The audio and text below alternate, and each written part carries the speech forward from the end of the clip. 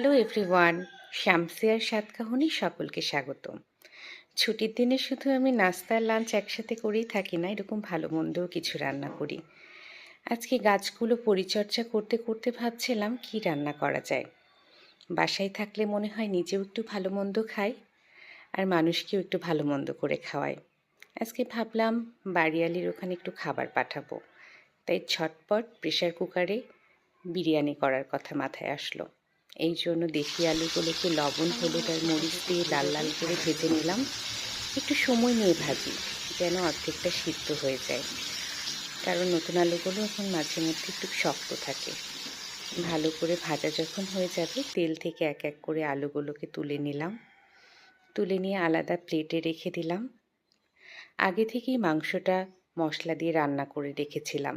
সেই প্রেশার কুকারটা না ধুয়ে সেখানে কিছুটা তেল দিয়ে পেঁয়াজ দিয়ে দিলাম, সাজিরা, দারুচিনি, লং, জয়ফল, জয়ত্রী দিয়ে হালকা করে ভেজে 10 মিনিট আগে থেকে ভিজিয়ে রাখা চাউলটা দিয়ে ভালো করে ভেজে সেখানে আদা রসুন বাটা, লবণ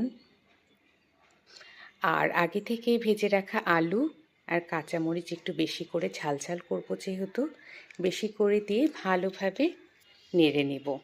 খুব বেশিক্ষণ ভাজতে হয় না, প্রেসারে রান্না করলে অল্প ভাজলেই হয়ে যায়। জাস্ট ভালো করে মিক্সড আপ করে নিয়ে গরম করে রাখা পানি দিয়ে দেব। হ্যাঁ, পানির মাপটা কিন্তু খুবই জরুরি। এখানে পানি আর দুধ মিলে আমি 6 কাপ চাউলের জন্য 9 কাপ দুধ আর পানি দিয়েছি। আর এই যে রান্না করে রাখা গরুর মাংসটা দিয়ে দিলাম।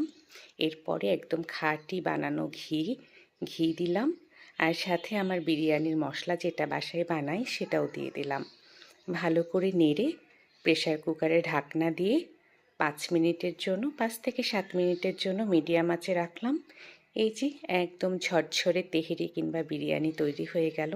আর দেখেন চাউলগুলো কি সুন্দর সিদ্ধ হয়ে গেছে, টেস্টটাও কিন্তু খুব সুন্দর হয় নর্মাল হাঁড়ির থেকে।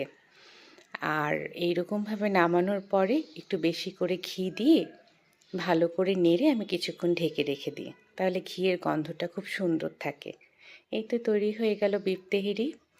এরকমভাবে সালাদ, লেবু আর ডিম সিদ্ধ দিয়ে খেতেই আমার বেশি ভালো লাগে। প্লেটটাকে সুন্দরভাবে সাজালাম, বাড়িয়ালির কাছে দিয়ে পাঠাবো তাই।